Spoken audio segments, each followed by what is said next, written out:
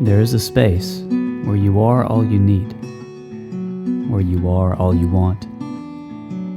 All there is here. Welcome to the Source Connection, conversations about who we truly are, the possibilities of creation and the new earth we are birthing, with your hosts, Tara Long and Liz B.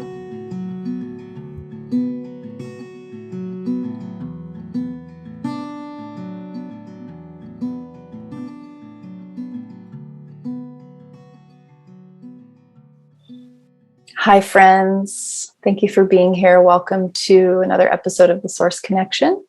My name is Tara Long, and I'm here with my co-host, who people call Liz B.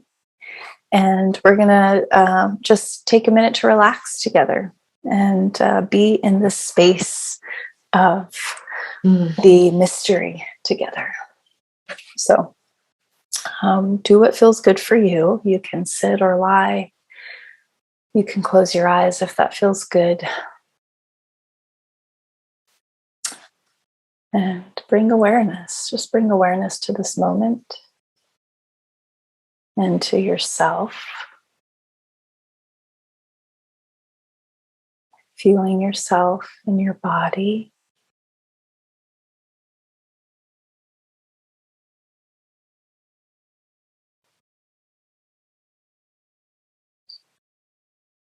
Feeling whatever's coming up for you today. And just letting it be. Surrendering to the moment that is.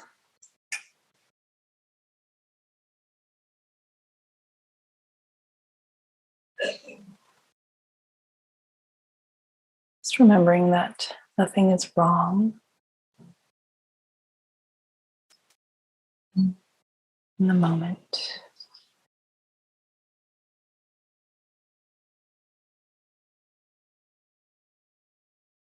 Whatever's coming up is okay. It's here for you. It's here to love you.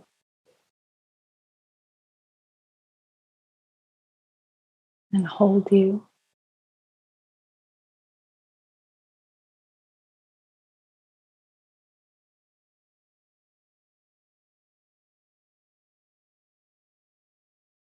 And going a little deeper, just feeling the deepest sense of you.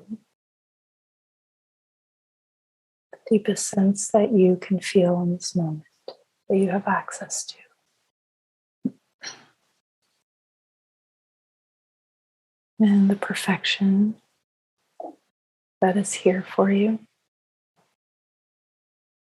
always waiting for you to remember.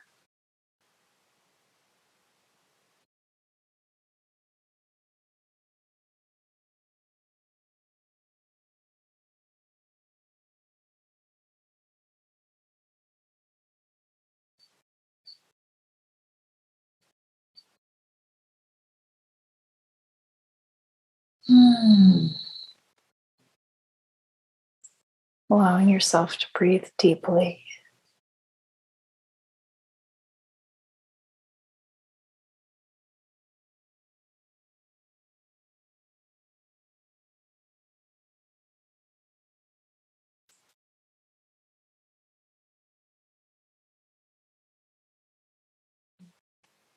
Feeling the magic of the mystery that we are, without having to name it or describe it or figure it out.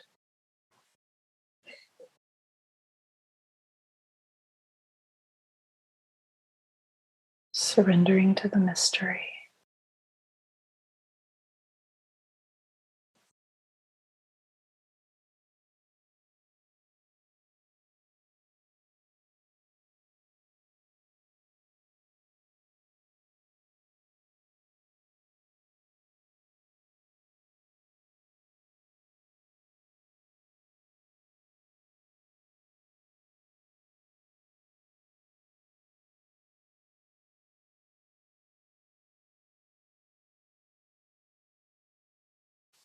And give yourself thanks for being here, for taking this time to remember yourself, with us. We thank you. We're happy you're here. You can take a few deep breaths, and if you'd like, sigh it out.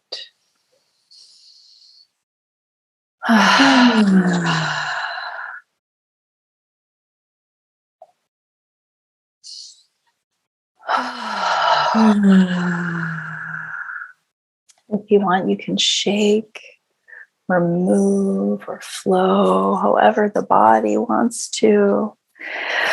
And you can open the eyes again when you're ready. Oh, Thank you. yeah. Unlocking the mystery. It's what kept coming. Ooh, To me. yes. Unlock. I've decided that there are couple areas in my life where I'd like to unlock the mystery. Like I want to crack the code. Let's put it that way. It's like a video game. I want to go to the next level. So that just kept coming up. Like, we're here to unlock the mystery. Let's say the mysteries, right? Yes. How do we? There's no road that has been set up for what we are trying to do. So how do we create? We are the road. Yep. That reminds me of the Back to the Future line, right? And he's like, which one is that? He's, I don't know. It's some line about the road. Like Marty says to Doc, he's like, Doc, that's not enough road to run the time machine, whatever. He's like, right. Marty, where we're going, we don't need roads. Yes. I love it so much. That's such a great movie. Anyway, so yes, we don't, where we're going, we don't need roads, baby. We are the road. I love that. Yes. I think that in balance of one of the last episodes we did on death, maybe we can, since we're talking about where we're going, we could talk about what are we birthing? Yes. What is being birthed? Because we're just channels. Yeah. Do you know what I want to? Do you know what I want more in this new experience that we are creating? More cuddle puddles. Oh, cuddle puddles. Where people can just throw themselves in and just cuddle. And yes, cuddle puddles with people, but also with dogs for me. Oh my God. Cuddle puddles with dogs and puppies and even an occasional cat, as long as it doesn't sit on my face, so I'll be okay. What if we could do cuddle puddles with bears? Although the bear fur is not the softest fur. So maybe, it's a little. Yeah, pigs. Pigs also not very soft, but until they lose their hair. That's what I was going to say. Yeah, they got to lose their hair, and then they're nice and soft and muddy usually. And cows, cuddle puddles with cows. Cows are the best. Cows are the best. They are. They're very. They have big personalities because I work on the farm with them. We have 19 cows. Yeah. And goodness, they all have different. And I'm like, you guys are rascals too, sometimes, because they're like dogs, really. And the pigs and the goats. Oh my God. I love the goats. They're so I love them playful. Too. And they like to stay close. They have their own little thing about just being close. And like last time we were with goats at the farm, there was something about, there was this one goat. I even did a video of myself and the goat because it just wanted to like put its forehead onto my forehead. Yeah. And it was just the sweetest. Oh my God. Cuddle puddles with any benevolent creature. Yes. Any benevolent creature that won't gobble us up. That sounds good to me. I'll take the prickly fur too, because I think it'll soften us, right? Because we have to balance it. So Yeah. we're gonna have to become a little lighter Come in how on, we bear. move. And Yes. right. I've seen videos of bears around here. Well, where I'm at in Tennessee, they're smaller, the black bears, right? And they are afraid of people. Well, some of them, but not all of them, right? And I saw a video of this bear, this black bear. This woman was like, the bear came in her door, like opened her door, and then she said, "Sweetie, sweetheart, you have to close the door." And so the bear like closed the door and went out, but it didn't shut all the way. And she's like, "No, honey, no, sweetie, all the way. You have to close the door all the way." And the bear pulled the door shut. I'm like, this bear is trained. That's like her pet bear or something. It was amazing. Is that it? Or is that the clarity of her communication and intention in that moment that just cuts through, right? Whatever creature it is. I was telling you this past weekend, I was with this beloved puppy dog that my friends have, and it was not feeling so good, and it just wanted to be close to me. So it cuddled up. I was sitting, cuddled up, and just stayed there, right? And I was talking to it. Like, I was like, "What do you need? Do you need anything?" And it just kept saying, "I need a rest. I just want to rest. And I just want to rest." But the telepathy was so clear. In that moment, there was I wasn't even like thinking, "Oh, can I communicate with this animal?" I was just like, "What do you need?" I just need a rest. And it just kept cuddling. And sometimes it would just perk up and then turn around and cuddle a different way. But it was like, I just need to lay here. Just let me lay with you, girl. So what if we, in this new experience, what if we were able to just drop into every moment as we know and like clear out the clouds of doubt of those things even being possible, right? They're just instantaneous. Yes. And just knowing, trusting that it is possible and is true. I mean, I say communicate with, animals, dogs mostly. You just talk to them in my mind and then they answer. And it's just, it's in the moment. Like, it's not like I'm doing now I'm going to communicate with the dog. It's not some big to-do or a big ceremony. It's like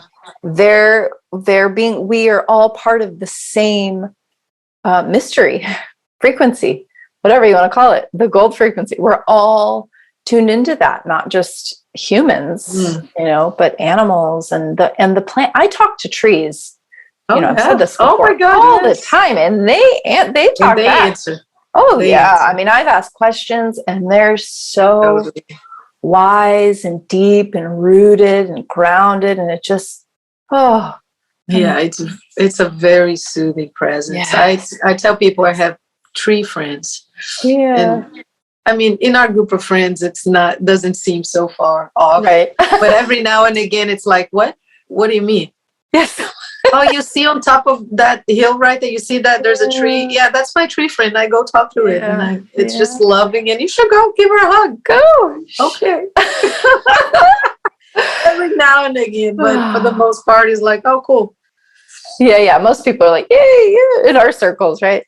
Yeah. But and with the birthing of just this telepathy and communication, not even with words, also this reverence for nature and for like the tree or the plant that, that if it's being cut down, that it's not just mindlessly cut down, that if it does have to be cut down for some reason, that it's for a reason, and we communicate and we talk and we ask, is this okay? And we really just hold the same reverence literally for a tree that we would for a person.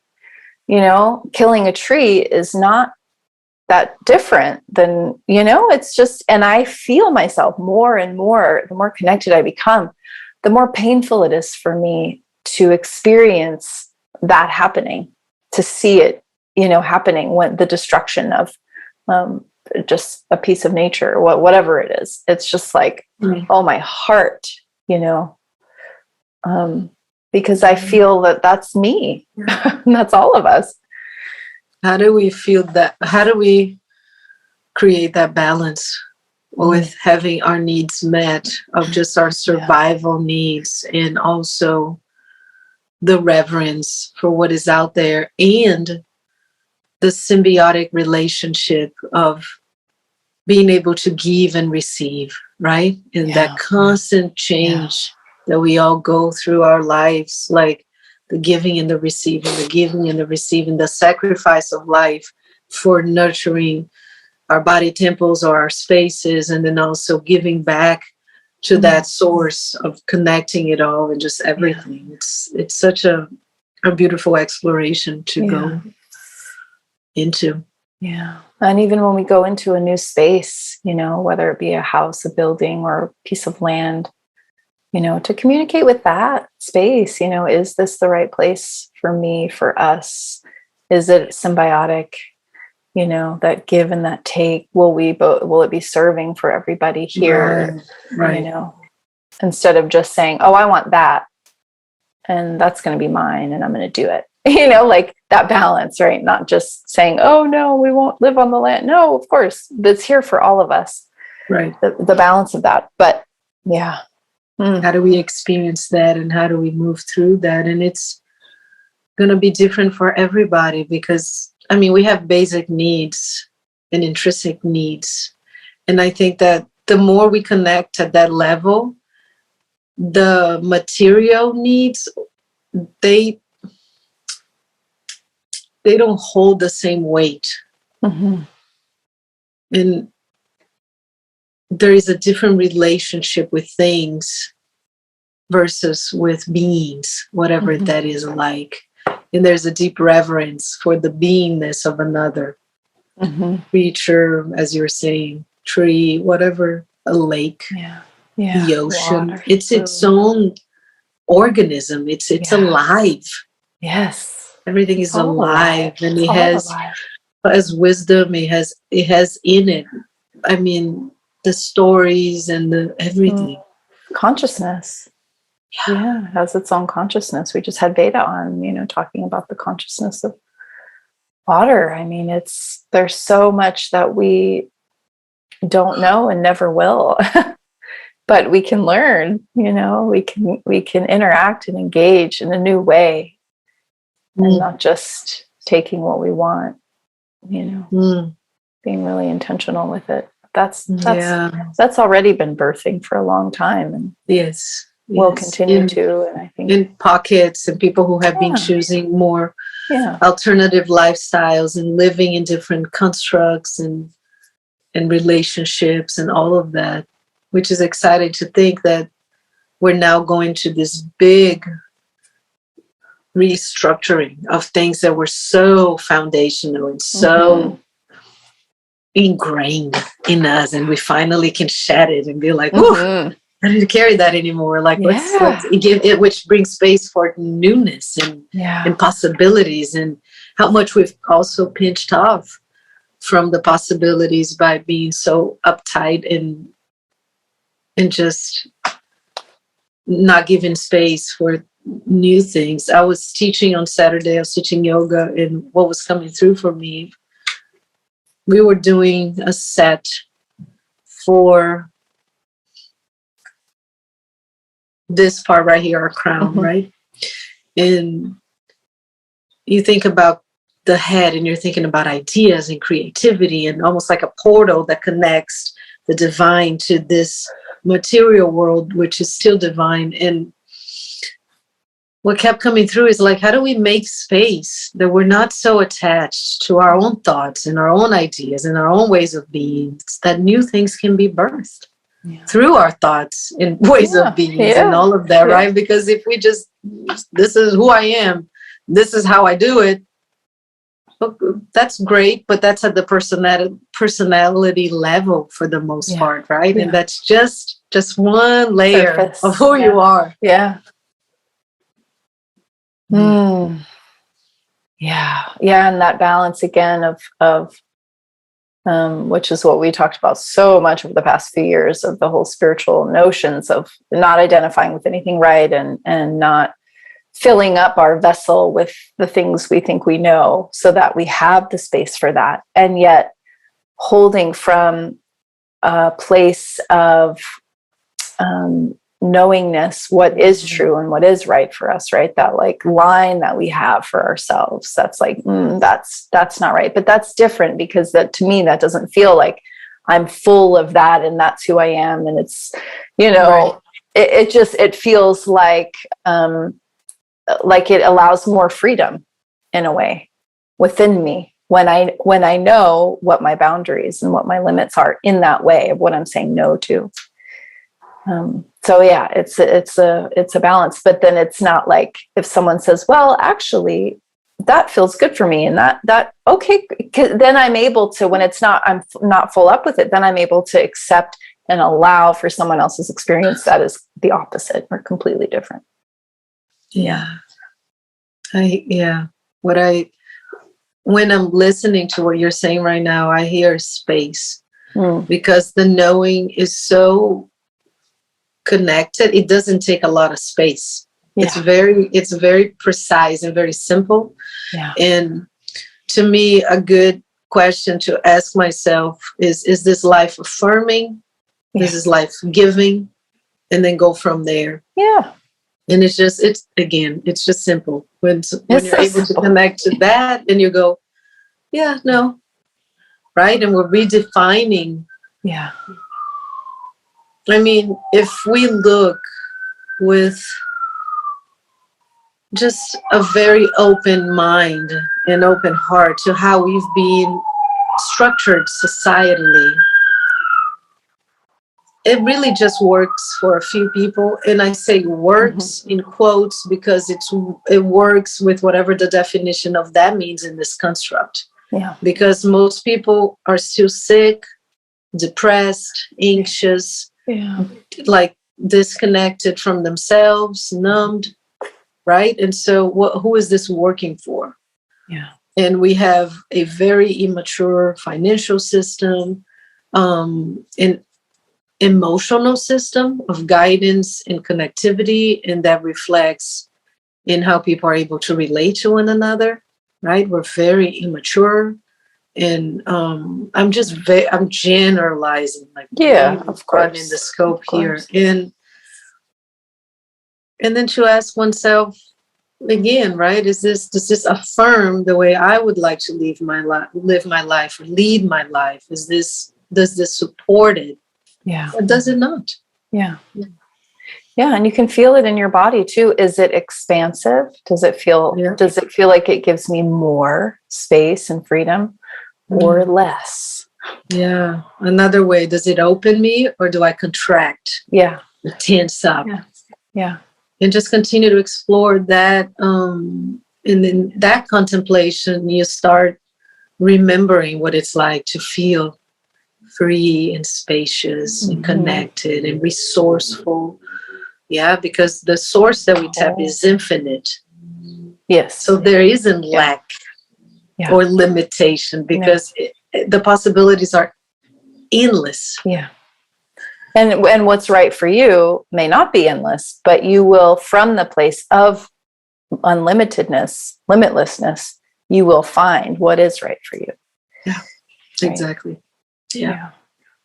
So yes, birthing more space for each of us and ourselves, and more space as a society to just explore and be free, but be free to nurture our bonds instead of being so concerned with how we're going to pay our bills and survive. But be free to go, oh, what really feels good for me right now? What do I want to do? I want to go talk to Liz and sit by the fire, and or we want to go out in the garden, or we want to teach the kids, or whatever. Yeah. Whatever it is. There's doesn't have to be. And also we don't, birthing our new society, we don't know what it's really going to look like, but it doesn't mean everybody's going to be living on the land. And, that's not for everybody. And that's okay. Yeah. I was at a gathering a few months ago, and one of my friends was talking to another friend, and she said, well, but then, we learn how to live off the land and we do this. And the other friend goes, I don't want to do that. I want to be in the city. I want to go to Erewhon. I want to I don't want to do that. I have no desire to do that. Yeah. I want to go to the movies. Yeah. Yeah. And it was so cool to see that contrast, Yeah. right? Of what somebody was searching that was very different than somebody else. Yeah. Still in that space of being able to be your own master and do Yep. what's right for you Yep. and take ownership of your life, but Yep. very different, Yes. very different flavors. Yes. And that's okay, because I want And that's both totally too. okay. I still want both. I live in a town that has I don't live in isolation, and there's nothing wrong with that either. But you can create whatever you want. You can have it all, baby. And through, I think, all of this that we've been going through in this great push to this great unfolding, what it's being birthed through us, right? What have we touched upon ourselves that is new? I'm doing air quotes here. Yeah. Because I feel like it's ultimately our kind of heaven on earth type of experience. And how are we, what's being birthed through us and what's coming through us to contribute to. So how am I contributing to this expansiveness and this openness and this softness and this understanding of something greater than just my own experience? Yeah. And whatever excites you or calls you or touches you, really makes you feel something. I mean, that's for you, so you just can follow that. And that's gonna be good for you. That's gonna be okay. That's gonna be aligned. Right. You don't have to think about, my role, and there's so much that needs to be done. And yes, of course that's true. But you're going to be called to what is for you. And so you just trust that. That's all you need to do is just trust that. Yeah. So birthing more of that, trusting self, instead of having to get it from the outside somewhere.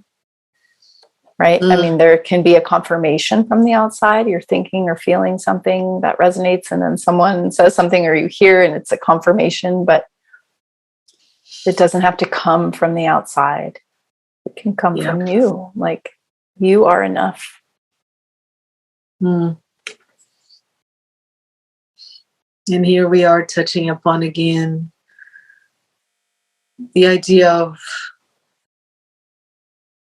even if we think, I'll trace back a little bit, even if we think of a physical birth, there is a surrendering that needs to happen. There is a softness, because things need to open up, right? And there's extreme pressure for that to happen. Yeah.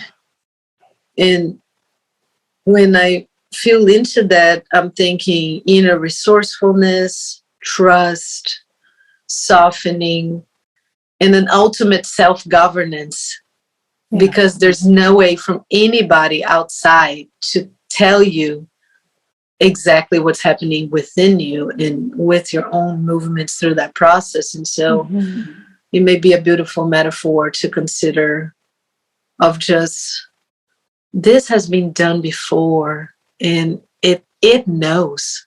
Yeah. You don't have to know the way knows the way. Yes. Yes. Yes.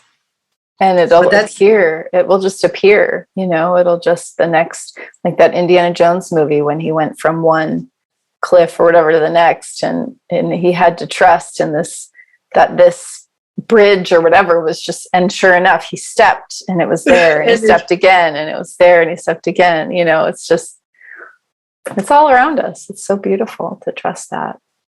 And to just also remember, and I'm going to speak for myself, sometimes it's easier said than done. Oh, yeah. And the concept is very knowable, but because we've been conditioned to see it to believe it, or I have to, there's a certain way that things work, and if I don't do it like that, that means I'm not. Yes. And so it's a constant decolonization of our own mindsets, of our own structures, of ancestral imprint, that allowed for people to survive. And ultimately, I think once you hold it in yourself that you can never die. Yeah. Everything else lightens up a little bit. Like, oh yeah, I'm not going to make out of this one alive at some point. It ends. The play ends. The characters change, and all right. Even though I never end, this part of the play, just the part of the play shifts, and and just I think there's a weight that gets kind of released through that, and so much of what we've seen in the past couple of years, it's a deep disconnect with the inevitable, and just a tremendous fear of what you have no control over. Absolutely. And I think that you do at a soul level, but I'm just saying, I know what you mean. Like it's happening. Where our bodies will cease to be. Like that's just as far as we know. I mean, who knows? Maybe there's a possibility that we said that we'll leave long, and we'll these new change. I do believe in that. I do believe in that too, for the new paradigm that we're shifting into, because then we won't have all the belief systems and paradigms around, we age and we get old, and then this, and hopefully the toxicity of our planet will also decrease and cease to be at some point. But I wanted to say also that, you're talking about the physical birthing process, and there's a surrender because it's painful, right? And so even the dying that we talked about on our last episode, the death and then the birth of whatever is new, it can be for sure, but it's most likely not going to be tra-la-la, running through the field. I mean, la la la la. I mean, you can sing tra-la-la even though you're in pain. That's perfect too. But there's most likely going to be, so just allowing that possibility, that it's going to could be painful, things dying and birthing again. Wouldn't pain be the resistance to it? Well, that's what I said. There's surrender comes because of the pain. So the more we surrender, the less suffering we'll have to, right? The less we resist. I think that's suffering. Yeah, suffering is the resistance, because pain is inevitable at some level. Yes. Yeah, so we could say the difference between pain and suffering. Yeah, like the pain, the signals to the brain and the body and all of that. Right. Can at some point, but suffering, we can say, suffering is a choice, and that's not meant to be that if you are suffering, you're doing something wrong. No, at all. There's something there. There's something for you. Us. If you're suffering, there's something there for you. And a lot of times, it's the invitation to surrender deeper. But even in that surrender, my experience there, once you choose to surrender to something, there is a flood. It can be a flood of what can appear to be suffering, like tears coming through, and your body's releasing the resistance to that, and it's like that combination at the same time of I'm suffering and yet it feels so good. It's just like, yeah. And you're talking about the crying. It's just so easy for me to cry, and I never see crying as suffering. It's always release for me in so many levels. It's like my body's talking without me having to think. It's just softening and just moving things through. I wanted to go back to the ideas that we agree upon, because you mentioned, like the body aging and possible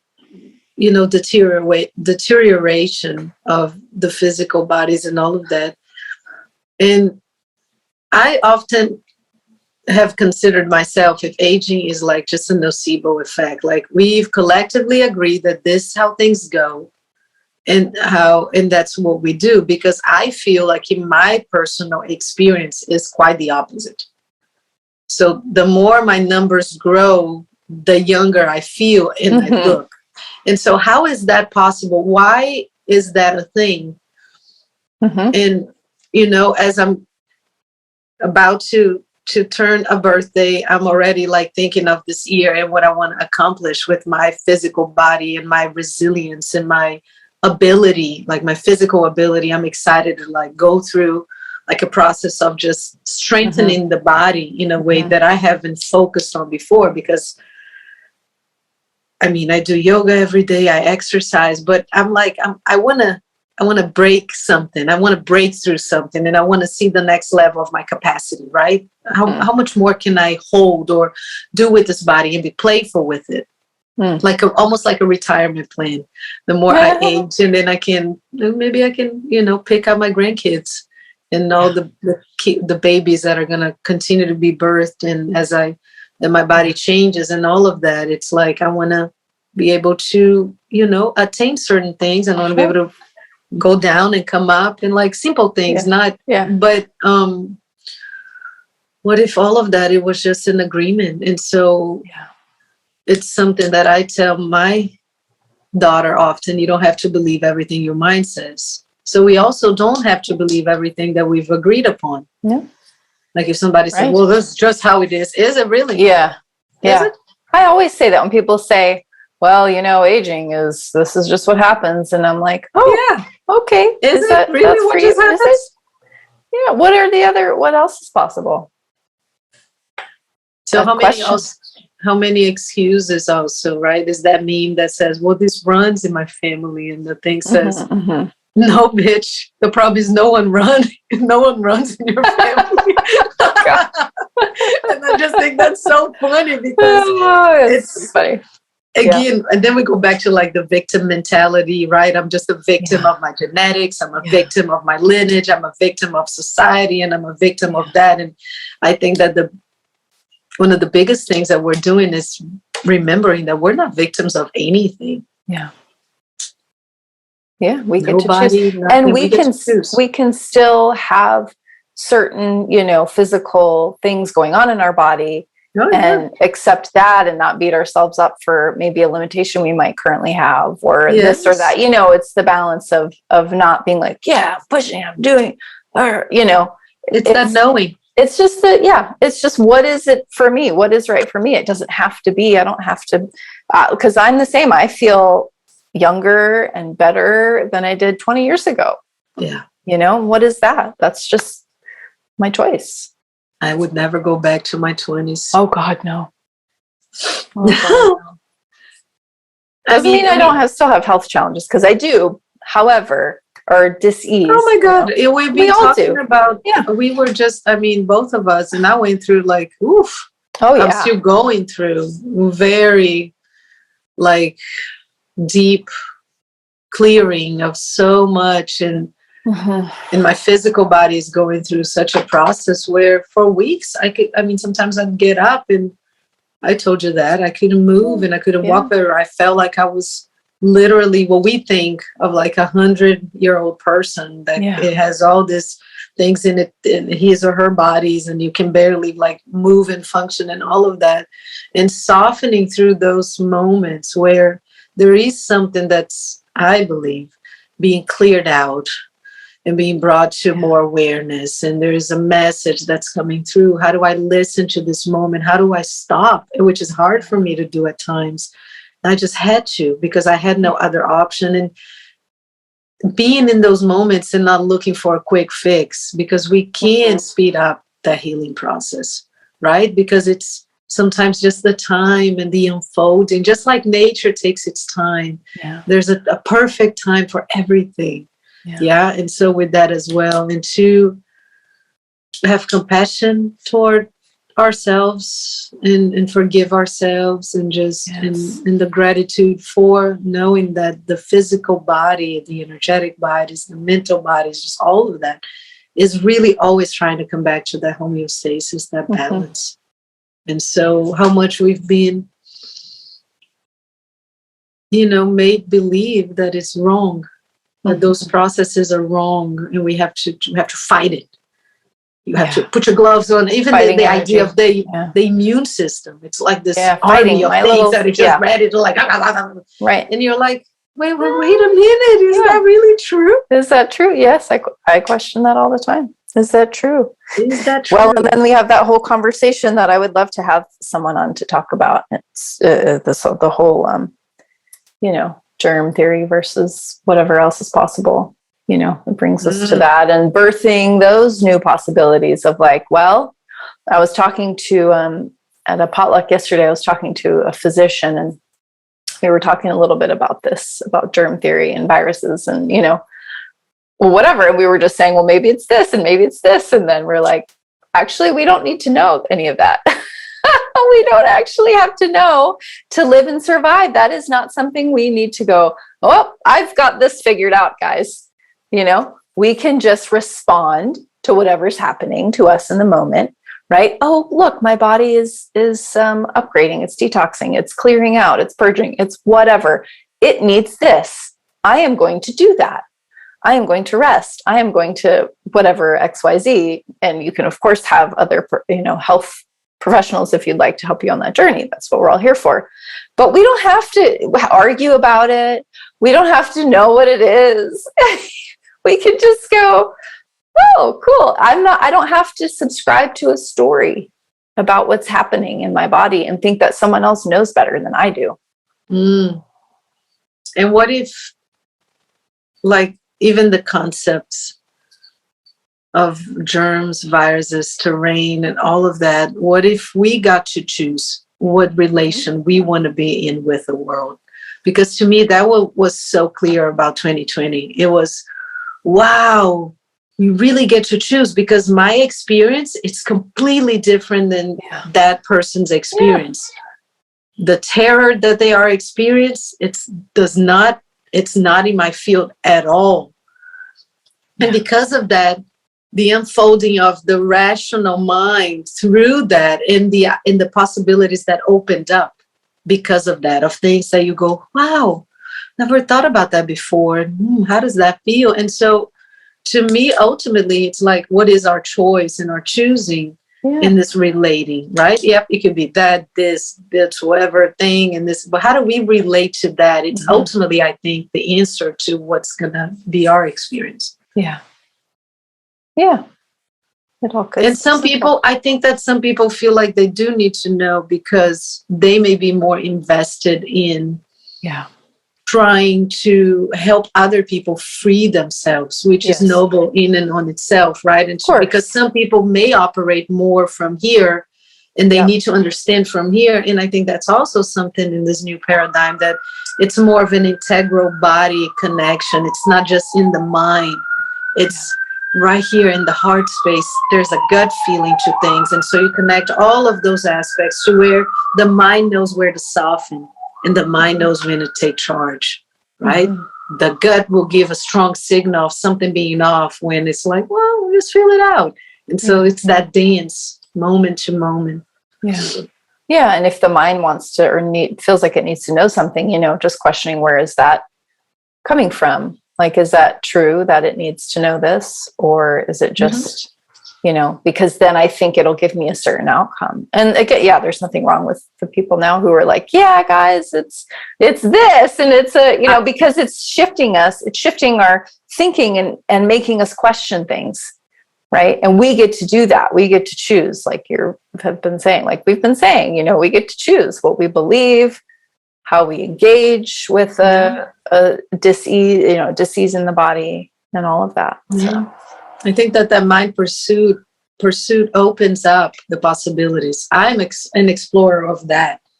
I'm really nerdy. And so I love reading, and I love thinking, and I just love putting the pieces together. It's very exciting for me to do that. And it's the exploration is real fun for me. And so, just the process of it is fun, and I like that. But for me, there is an inner knowing and a depth that I don't attain through facts and certain things. It's deeper, and it's a different space. And it's just, once you connect to that, then there's a new, almost like a new language in your own experience of yourself that you touch upon, and you're like, Yeah. And as long as that our exploration and our, all of that, like I was talking about before, if we come to engage with someone who has a different knowing or feeling or thought process, that we can just go, that we don't have to know it in that moment. We can go, oh, okay, great. That's the softening of, our engagement with each other. Yeah. So kids, thank you for being with us today as we explore what is possible. And we want to hear from you. What is it that you are excited to birth within yourself or in the world? Please, please, please let us know. You can comment here wherever you're listening or watching. You can also reach us on our website, our new website, thesourceconnection.us. And we have an email address you can reach us to, connect@thesourceconnection.us. And we'd love to hear from you. Thank you. Thank you.